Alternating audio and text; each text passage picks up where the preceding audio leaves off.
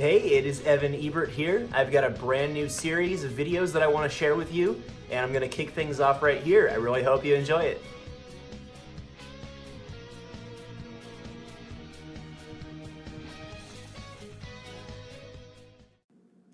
It's been a while since I set out to make a video on anything related to real estate.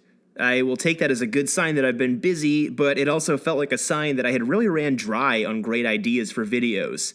You see, part of this is that there are just tons of real estate agents out there. There's around 1.4 million realtors alone, and that doesn't even include people who aren't realtors, which, by the way, there's a difference.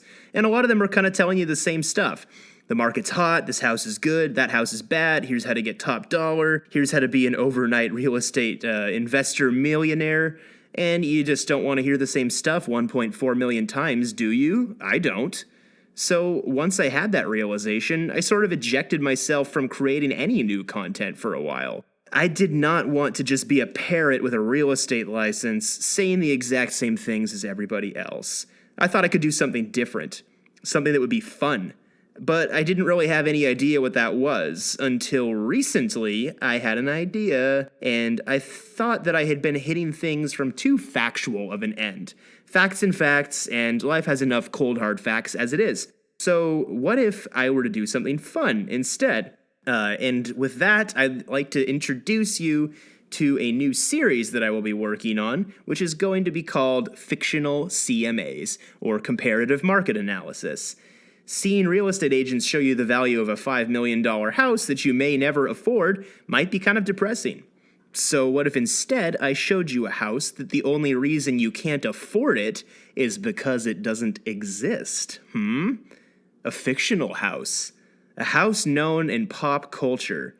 Homes that don't exist. At least not in our reality. So we're going to take homes and we're going to stuff them under the microscope lens of real estate, and we'll try to figure out how much they might actually be worth if they were in our world. So today, I would like to take you all the way across Middle Earth to show you exactly such a house. I am, of course, talking about none other than the home to Bilbo Baggins at Bag's End. As I'm sure you've seen before, Bilbo's house is the quintessential hobbit hole in Hobbiton, within the Shire. It's what's known as a smeal, or a hobbit hole within the Hobbit universe. Unfortunately, we don't really have a category for this on the MLS, so we're just gonna call it a residential property. It was originally built in TA 2889 by Bilbo Baggins, Bilbo's father. You can see his lovely headshot here. I'm really not sure how old that would make it in today's standards, but with a look inside, I'm getting some serious craftsman vibes. So for the sake of the market analysis, why don't we say it's a 1925 build, even though I'm sure it's far older.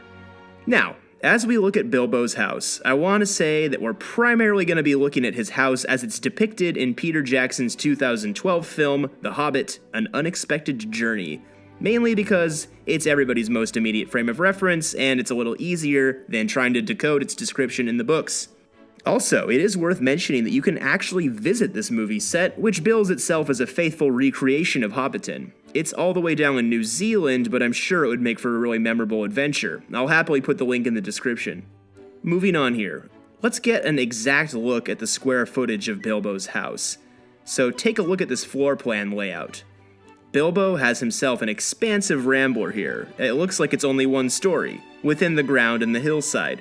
Here's some quick facts on his house based on this diagram. We can see we've got 3 bedrooms, 2 normal and 1 best bedroom, which I guess would be the master. We've got a large kitchen, a separate dining room, a parlor, a drawing room, a study, which I guess is somehow different, and my personal favorite, a sitting room, because sometimes you like to sit down.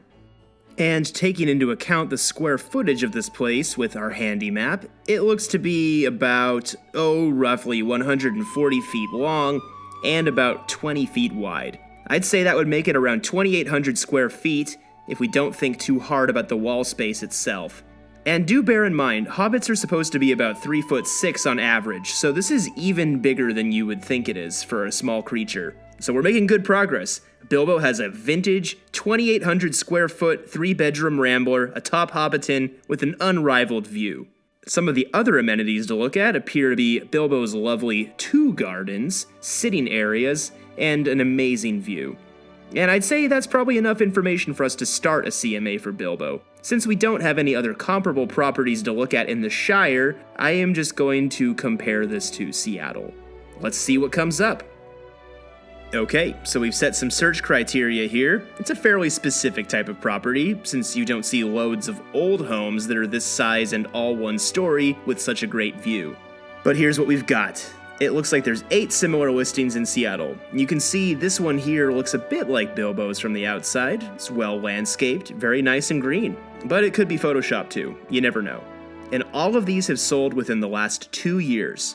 Now that we've got them, let's take a look at the average price of sale from these comparable properties.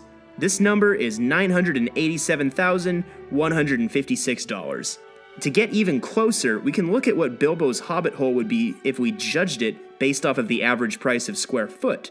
So since his home is about 2,800 square feet, we can see that it would be $403 a square foot, which works out to about $1 million. We're also going to assume that the Shire's real estate market is pretty well sought after, with most of these homes being in the family for years. In fact, Bilbo actually, as the books tell, had a feud with some of his extended relatives over inheriting this home in the first place. Ultimately, he did hand it to Frodo Baggins, who then eventually bequeathed it to Sam. So if these homes really only get passed off once a generation, imagine what they would sell for when they hit the market. Bear in mind, too, that to really know the facts, we would have to see the inside of Bilbo's house to give him a real market valuation. And that means that somebody out here has to actually go down to New Zealand and check it out for themselves. Maybe that's gonna be me. But there you have it. If this Hobbit hole were up for sale around here, you'd be paying upwards of $1.1 million. With the prestige and the views, I'm willing to bet substantially more. And if you do want to experience a real one for yourself, don't forget to check out the real-life Hobbiton set in New Zealand, and definitely let me know if you end up having a real experience down there. That's what I had for you today. I really hope you enjoyed it. Please let me know what you think, comment below. Any questions that you have at all, whether they're about fictional houses or real ones, please contact me and I'll do my best to help you. And other than that, I hope you have a great 4th of July, and I will talk to you soon.